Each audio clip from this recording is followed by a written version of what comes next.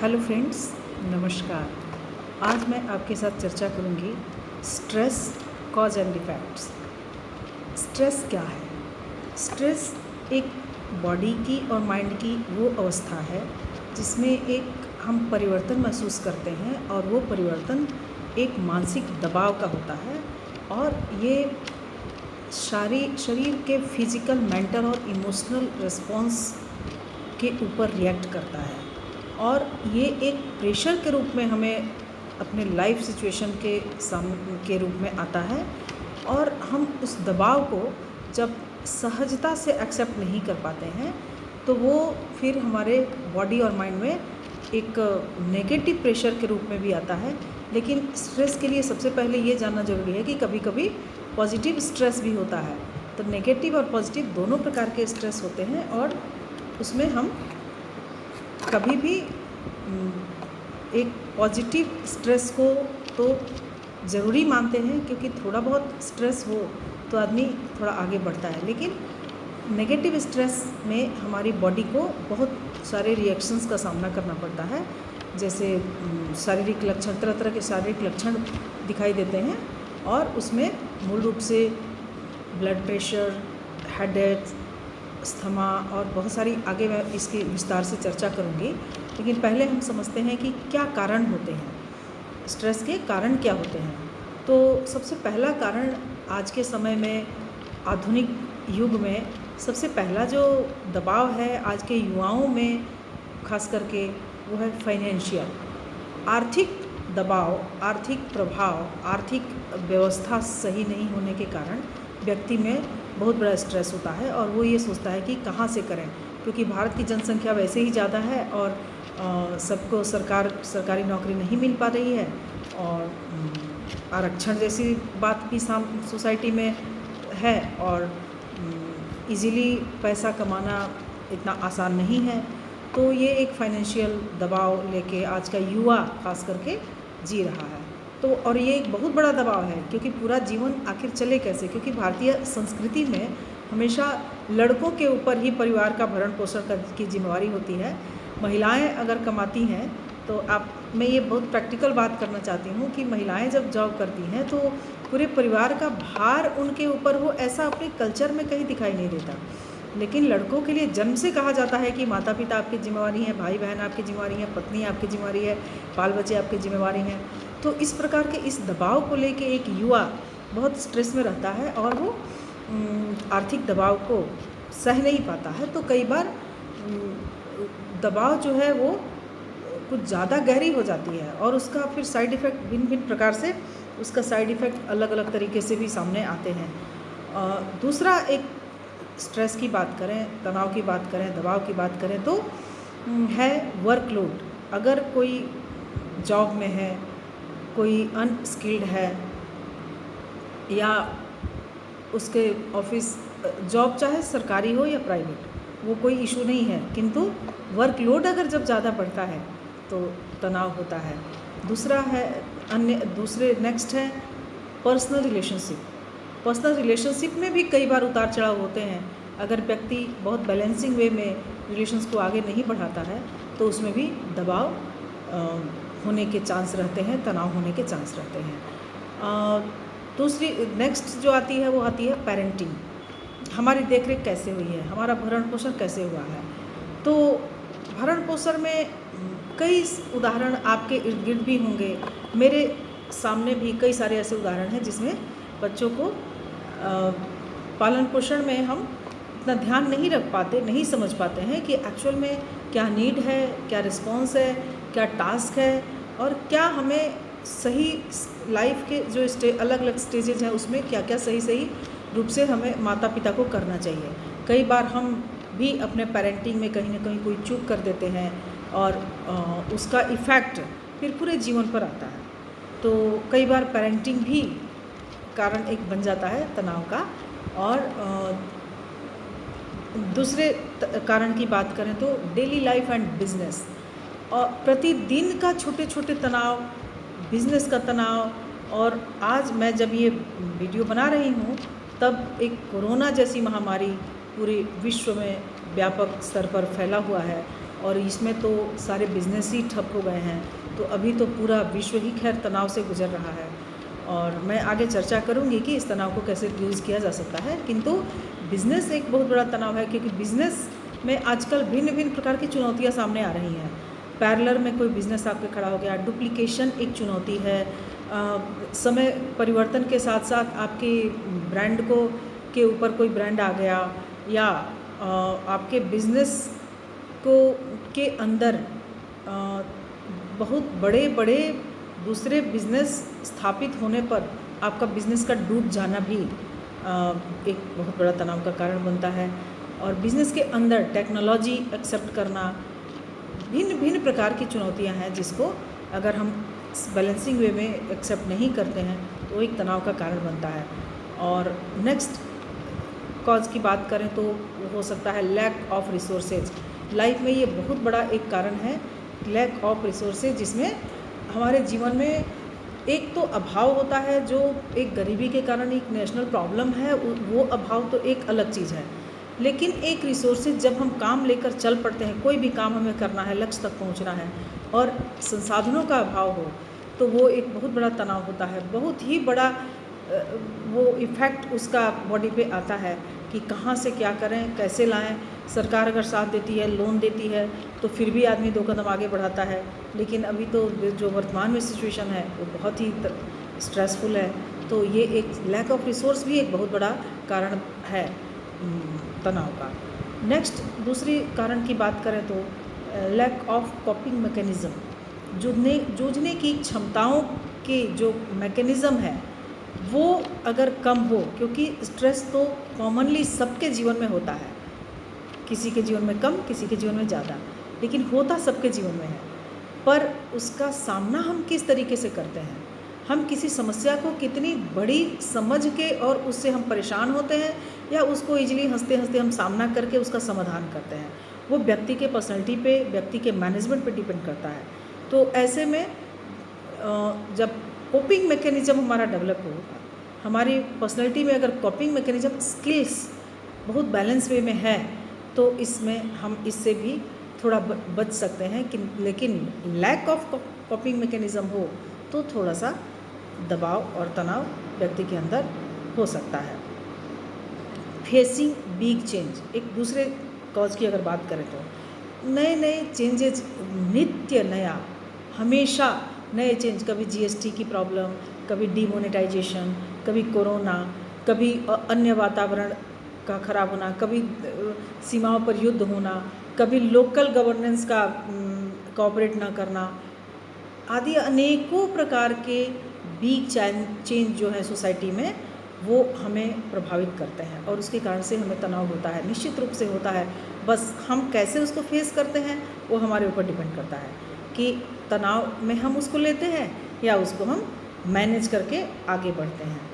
अब दूसरे तनाव की बात करें तो एक व्यक्ति के रूप में अगर तनाव की बात करें तो व्यक्ति का फिज़िकल पर्सनल कॉज भी होते हैं कुछ, जिसमें वो अगर इलनेस से जूझ रहा है, इंजरी से जूझ रहा है, कॉम्प्लिकेशन से जूझ रहा है, भिन्न भिन्न प्रकार के जो इवेंट जो उसके जीवन में असंतुलन पैदा कर रहे हैं, उससे वो अगर नहीं सामना कर पा रहा है, नहीं कोप अप कर पा रहा है, तो वो पर्सनल स्ट्रेस एक ये भी लाइफ में हमारे बहुत बड़ा प्रभाव करता है। ये भी एक बड़ा कारण बनता है हमारे जीवन के तनाव का। नेक्स्ट अगर कॉज की बात करें तो फ्रेंड्स एंड फैमिली। हमारा फैमिली और फ्रेंड्स सर्किल अगर सुलझा हुआ है, हंसमुख है, हल्के वातावरण को प्रमोट करता है, तब तो कोई तनाव की बात नहीं होगी। अगर कहीं भी जटिलता पैदा होती है, मिसअंडरस्टैंडिंग हो जाती है, तो उसमें भी तनाव का वातावरण उत्पन्न होता है। दूसरे कॉज की बात करें तो ऑक्यूपेशन भी हो सकता है। हमारा ऑक्यूपेशन किस प्रकार का है, हमारा अगर ऑक्यूपेशन लघु उद्योग है तो हम, और लघु उद्योग को मार्केट नहीं मिल रहा है, उसके पैरेलल में कोई लघु उद्योग और ओपन हो गया, तो वो भी एक हमारे लिए चुनौती बन जाती है, तनाव बन जाता है। और ऑक्यूपेशन में बहुत सारी ऑक्यूपेशनल स्ट्रेस भी होता है। जैसे हम जो काम करते हैं, जो व्यवसाय करते हैं, जो हमारी ड्यूटी होती है, उसके अंदर भिन्न भिन्न प्रकार के दबाव, जैसे बॉस का से अच्छा रिलेशन ना होना, वर्किंग प्लेस पर हमारा हैरेसमेंट की प्रॉब्लम हो सकती है, हमारे नई टेक्नोलॉजी का हमें एक्सेप्ट नहीं कर पाना, हमें अनस्किल्ड होना, हमें कार्य भार का दबाव होना, ये भिन्न भिन्न प्रकार के जो कॉज हो सकते हैं ऑक्यूपेशनल स्ट्रेस के दायरे में अगर देखा जाए तो। दूसरा, हाउसिंग भी एक बड़ी प्रॉब्लम है, क्योंकि पलायनवादिता, आप देखे होंगे कि भारत में एक बहुत बड़ी सिस्टम के अंदर पलायनवादिता है और इसको अच्छा भी माना जा रहा है और कहीं कहीं ये नेगेटिव इफेक्ट भी डाल रहा है। तो पलायन जो लोग कर रहे हैं अपने गांव घर को छोड़ के, शिक्षा के लिए करें चाहे रोज़गार के लिए करें, तो या कोई आपदा विपदा के काल में भी लोग पलायन करते हैं, तो पलायन की अवस्था में एक दूसरे जगह निर्वासित होना, अवस्थित होना, ये अपने आप में चुनौती है, एक बहुत बड़ा तनाव है, क्योंकि नए सिरे से एक रोजी रोटी की व्यवस्था करना, अपने आप को स्थापित करना, ये आसान नहीं होता। तो ऐसे में जब व्यक्ति के पास सबसे पहली आवश्यकता रोटी, वो एक बार को श्रम करके कुछ पैसा लाके रोटी की व्यवस्था कर भी ले, तो उसके रहने की एक समुचित व्यवस्था, एक सुरक्षित व्यवस्था बहुत ज़रूरी है, और ये एक बहुत बड़ा तनाव का कारण है। और प्रायः बड़ी बड़ी बिल्डिंगें, गगनचुंबी इमारतें आपको बड़े शहरों में देखने को मिल जाएंगी, महानगरों में देखने को मिल जाएंगी, लेकिन उसे लेना, उसे खरीद लेना इतना आसान भी नहीं है। लॉटरी सिस्टम है, आपकी कैपेसिटी पर डिपेंड करता है, आपकी व्यवस्था, आपके सर्किल, आप बहुत सारी चीज़ों पर डिपेंड करता है कि आप कितना एफर्ट कर पाते हैं। और वो अगर आपके रहने की व्यवस्था नहीं हो पाती है तो आप के तनाव तो होना ही होना है, निश्चित है, क्योंकि उस व्यक्ति जब भूख प्यास नींद पूरी कर लेता है तो उसको एक सुरक्षा की नीड होती है, जैसा कि मास्लो ने भी अपने सिद्धांत में बताया है। तो सुरक्षा व्यक्ति की प्राइमरी नीड के लेवल पर ही चाहिए, और वो पहले नीड मतलब हाउसिंग से ही, एक हाउसिंग, कम से कम एक अपना मकान हो तो व्यक्ति थोड़ा निश्चिंतता को प्राप्त होता है। तो निश्चिंत होने के लिए अगर हाउसिंग इतनी आवश्यकता है और वो अगर जीवन में नहीं उपलब्ध हो पाता है तो बहुत बड़ा तनाव हो जाता है। इस प्रकार से बहुत सारे जो है तनाव के कारण हैं और उसका इफ़ेक्ट अब क्या होता है। हम इफ़ेक्ट की बात करें अगर, तो इफ़ेक्ट में डिस्ट्रेस, नेगेटिव स्ट्रेस रिएक्शन कहीं कहीं होता है और हमारी बॉडी इंटरनल बैलेंस नहीं कर पाती है, और ऐसे में फिर क्या होता है, फिजिकल सिम्टम जो है वो कहीं ना कहीं सामने आने लगते हैं, जैसे हेडेक्स हुआ, स्टमक अपसेट भी हो जाता है, ब्लड प्रेशर हो सकता है, चेस्ट पेन हो सकता है, सेक्सुअल डिसफंक्शंस हो सकते हैं, डिप्रेशन में व्यक्ति जा सकता है, पैनिक अटैक्स आ सकते हैं, एंग्जाइटी, और भी बहुत सारी बॉडी में रिएक्शंस होते हैं, जो कि एक स्ट्रेस अगर ज़्यादा हो जाए तो ये बॉडी पर बहुत बड़े साइड इफ़ेक्ट डालते हैं और व्यक्ति कई बार तो इसे नहीं उबर पाता है और एबनॉर्मलिटी की तरफ धीरे धीरे बढ़ता चला जाता है। और अगर फिर हम मैनेजमेंट की बात करें तो किस तरह की बात मतलब अगर स्ट्रेस मैनेज करें तो क्या मैनेज कर सकते हैं।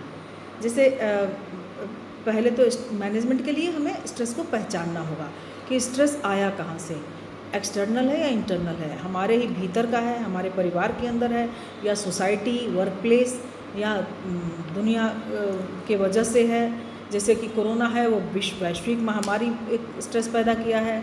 अगर नौकरी में है तो वो भी एक सिचुएशन है, गरीबी है तो वो पूरे भारत की प्रॉब्लम है गरीबी, तो वो इस तरह से मतलब इंटरनल या एक्सटर्नल को पहचानना बहुत ज़रूरी है। तो और फिर स्ट्रेस नेगेटिव है या पॉजिटिव है ये भी पहचानना ज़रूरी है, क्योंकि कई बार हम छोटी छोटी बातें अनावश्यक स्ट्रेस भी ले लेते हैं, हमें पता ही नहीं चलता, हमें जो ज़रूरी होता है, जो काम करना है, उसको भी स्ट्रेस के रूप में लेके बड़ा बनाते हैं, बार बार कहते हैं कि हमें बहुत तनाव है, बहुत बड़ी समस्या है, जबकि हम उसे आसान रूप से भी उसका समाधान कर सकते हैं, लेकिन हम कई बार ऐसा नहीं कर पाते हैं और वो पॉजिटिव स्ट्रेस भी नेगेटिव स्ट्रेस में बदल जाता है। नेगेटिव में मोस्टली मेंटल, फिजिकल और स्पिरिचुअल हेल्थ पर हमें इफ़ेक्ट आता है, जबकि पॉजिटिव स्ट्रेस ज़रूरी है क्योंकि वो हमें कई बार मोटिवेशन भी देता है, अवेयर भी करता है, स्टिमुलेट भी करता है। तो इसलिए पॉजिटिव स्ट्रेस तो बहुत ज़रूरी है, उसके कारण से हम आगे बढ़ते हैं, हम प्लान करते हैं, एक्टिव होते हैं, इम्प्लीमेंटेशन करते हैं। लेकिन नेगेटिव स्ट्रेस जो है वो हमारी बॉडी को थकान पैदा करता है, हमें बीमार पैदा करता है, और हमारे अंदर जो बीमारी पैदा होगी तो हम अपने लक्ष्य की प्राप्ति में कहीं ना कहीं हमारे ही कामों में बाधा उत्पन्न होगा। तो इसलिए कम से कम नेगेटिव और पॉजिटिव स्ट्रेस को पहचानना बहुत ज़रूरी है स्ट्रेस मैनेजमेंट के तहत, कि स्ट्रेस आखिर आया कहाँ से। मान लीजिए क्रोनिक स्ट्रेस है, जैसे मान लीजिए कि कोई सीरियस क्रोनिक, अब वो सामाजिक व्यवस्था के अंदर कोई बात हो गई, फैमिली टूट गई, ब्रोकन फैमिली है, तो पॉवर्टी है, कोई बड़ी बीमारी हो गई, लाइफ में हम फेल्योर हो गए। कई बार हम बिज़नेस में पैसा लगाते हैं और वो पैसा डूब जाता है और वो एक तनाव से हम फिर नहीं उबर पाते हैं। लेकिन एक या कोई सैडफुल मेमोरी है, कोई ऐसी याद जो हमें हमारे अंदर एक अटैक पैदा होता है। बहुत लोगों को मैंने देखा कि कोई पीछे की कोई बात याद करते हैं और उनको कोई एक बेहोशी का मूर्छा आ जाती है, अटैक आ जाता है। तो इस प्रकार का पहले पहचान करना बहुत ज़रूरी है कि स्ट्रेस मैनेजमेंट में हमें किस प्रकार का स्ट्रेस है, और उसके लिए ज़रूरी है कि हम स्ट्रेस की स्टडी करें और उसमें हम एक प्लान करें, मैनेज करने के लिए प्लान करें। तो हम कुछ प्लानिंग अगर देखें, उस पर चर्चा करें, तो हम देख सकते हैं कि कम्युनिकेशन एक बहुत बड़ा स्ट्रेस रिड्यूस का साधन बन सकता है। कहते हैं ना कि आप शेयर कीजिए तो मन बहुत हल्का हो जाता है। ये आम भाषा में, आम सोसाइटी में भी हम अक्सर सुना करते हैं कि जब हम अपनी तनाव को, अपनी किसी बातों को जब शेयर करते हैं अपने फ्रेंड्स में, अपने सोसाइटी में, अपने फैमिली में, तो वो हमारा मन हल्का होता है और कोई ना कोई समाधान भी हमें फैमिली से, फ्रेंड से मिल जाता है। तो इसलिए सबसे पहले हमें ज़रूरी है कि अगर हमारे अंदर कोई स्ट्रेस है तो हम उसको शेयर करें, बहुत ज़रूरी है। और शेयर करें और सबके बीच में उठना बैठना, मतलब सोशल गैदरिंग को प्रमोट करें। हालांकि अभी कोरोना में तो सोशल डिस्टेंसिंग की बात चल रही है, किंतु सोशल डिस्टेंसिंग में ये एक लैकुना आया है कि हम जो एक साथ बैठ के मिल के जो हंसी मजाक करते थे, स्ट्रेस रिड्यूस करते थे, दुख सुख बांटते थे, वो चीज़ें तो इस सोशल डिस्टेंसिंग में थोड़ी सी कम होने की संभावना है, हुई भी है। लोग डर के कारण से भी नहीं मिल पा रहे हैं और एक व्यवस्था के अंदर ज़रूरी भी है कि हम सोशल डिस्टेंस मेंटेन करें। किंतु अगर कुछ एक दायरा सीमित किया गया है, कुछ निश्चित किया गया है, मिले जुलें, लेकिन हम दूरी बना के मिले जुलें, लेकिन हम अपनी बातें करते रहें। जैसे ऑनलाइन बहुत सारी चीज़ें, अब उसका इफ़ेक्ट ये आया है कि ऑनलाइन बहुत सारी मीटिंग्स होने लगी, मिलना जुलना होने लगा, ऑनलाइन हम ज़्यादा एक्टिव हो गए। तो उस चीज़ को कम से कम बढ़ाएं और उसको जीवित रखें। लाफिंग की बात करते हैं, हंसने का, तो हम देखें रामदेव बाबा हैं, तो रामदेव बाबा जी क्या करते हैं, वो अपने योगा में लास्ट में हंसाते हैं, खूब हंसाते हैं, और हंसते हंसते एक हंसने का योग करते करते हमें नेचुरली हंसी आने लगती है। तो एटलीस्ट कम से कम इतना तो करें कि प्रतिदिन कम से कम 5 मिनट 10 मिनट ऐसा कुछ करें जिसमें हमें हंसने का एक अवसर प्राप्त हो, क्योंकि हंसना एक थेरेपी है और हंसने से बॉडी के अंदर हमारे बहुत सारे ऐसे पॉजिटिव चेंजेज होते हैं जो हमारे नेगेटिव स्ट्रेस के कारण होने वाले हार्मोन को नष्ट करते हैं। तो और कुछ चीज़ें जो आपके लाइफ में मैनेज करना पड़ेगा, जैसे मान लीजिए कि कोई आपके लिए कुछ करता है, आप बी थैंकफुल रहते हैं, तो उसमें आप देखेंगे कि बड़ा संतोष मन को मिलता है, तो आपको उससे भी तनाव में से मुक्ति मिलती है। और अपने को, और जैसे पुरानी फिल्मों में आपने देखी होगी, कई फिल्मों में कि लोग जब हीरो हीरोइन स्ट्रेस में होते थे तो वो गाना सुनते थे, गाना गाते थे, डांस करते थे, तो उससे वो ठीक हो जाते थे, उनकी तबीयत जो ख़राब हुई रहती थी। ऐसा हम लोग भी अपने जीवन में कर सकते हैं और ऐसा करते हुए देखा गया है। म्यूज़िक या डांस एक बहुत अच्छा माध्यम है हमारे स्ट्रेस को रिड्यूस करने का, इसलिए म्यूज़िक और डांस को भी अपने लाइफ में शामिल किया जा सकता है। जनरल अवेयरनेस में हर किसी भी चीज़ के प्रति हम जानकारी रखें और अवेयर रहें, समय से पहले हम चीज़ों को समझें, उसका मैनेज करें, तो भी हम बहुत सारे स्ट्रेस से बच सकते हैं। कोपिंग मैकेनिज़्म को भी डेवलप किया जा सकता है, जूझने की क्षमताओं को विकसित किया जा सकता है, अपने भीतर की मजबूती को विकसित किया जा सकता है, उससे भी हम टेंशन से मुक्त हो सकते हैं। और आजकल एक बहुत नया ट्रेंड आया है, बी पॉजिटिव या पॉजिटिव थिंकिंग, ये बहुत ज़रूरी है। हर चीज़ में हम ना से कोई काम शुरू ना करें, नकारात्मकता हमारे जीवन से बहुत दूर हो, उसके प्रयास हमें निरंतर करते रहना चाहिए। और खुद के बिहेवियर को चेंज करने की कोशिश, अगर हमें ये कई बार समझना होता है कि अगर कोई सिचुएशन स्ट्रेसफुल सिचुएशन पैदा होती है तो उसमें हम कहाँ तक दोषी हैं या हम कहाँ तक फैक्टर हैं। अगर उस चीज़ को हम समझ के इसको दूर करें तो जब बहुत अच्छा होगा कि हम अपने बिहेवियर को भी थोड़ा सा मॉडिफाई कर सकते हैं। टाइम मैनेजमेंट को लेकर भी हमें स्ट्रेस होता है कि अगर हम समय पर ड्यूटी नहीं पहुंच पाए, समय पर हमने अपना काम नहीं किया। लाइफ टास्क में भी बहुत सारी चीज़ें हैं, समय को कैच करना होता है, अगर वो उसको हमने कैच नहीं किया तो भी हमें प्रॉब्लम होती है। तो हमें टाइम मैनेजमेंट को भी अपने जीवन में ऊपर रखना होता है। और लाइफस्टाइल को भी हम चेंज कर सकते हैं। अगर हमें लेट तक सोने की उठने की आदत है तो हम थोड़ा जल्दी उठें, सैर पर जाएं, पशु पक्षियों से प्रेम करें, कुछ भजन कीर्तन भी गा सकते हैं, ये भी एक थेरेपी है। कोई भी योग प्राणायाम करें, ये भी एक बहुत बड़ी थेरेपी है अपने स्ट्रेस को दूर करने के लिए। हेल्दी डाइट भी एक बहुत बड़ा कारण होता है, क्योंकि जब हम डिप्रेशन में होते हैं, आप देखेंगे कि जब कई डॉक्टर्स कहते हैं कि आप कैल्शियम लीजिए, प्रोटीन लीजिए, क्योंकि उसकी कमी से भी आदमी को स्ट्रेस हो जाता है, शारीरिक प्रॉब्लम होती है, उससे आदमी को तनाव हो जाता है। तो हेल्दी डाइट को भी शामिल करना, योगा नियमित करना, सोशल हीलिंग, इन्वायरमेंटल मॉडिफिकेशन बहुत ज़रूरी होता है लाइफ में हमारे।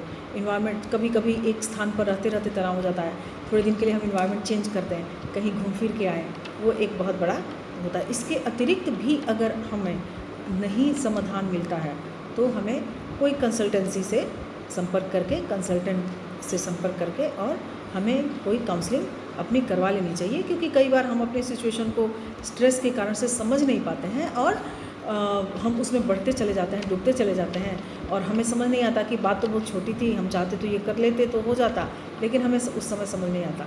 तो कई बार काउंसलर इन चीज़ों को, चूँकि एक्सपर्ट होता है इस क्षेत्र में, तो वो समझ लेता है और वो हमें सही रास्ता बता देता है। तो इस प्रकार से हमें कंसल्टेंट से भी हम संपर्क करके और अपना तनाव दूर कर सकते हैं। तो स्ट्रेस के बारे में और कोई जानकारी आपको लेनी हो तो कमेंट्स करें आप प्लीज़, हम उसका जवाब भी देने का प्रयास करेंगे। Thank you.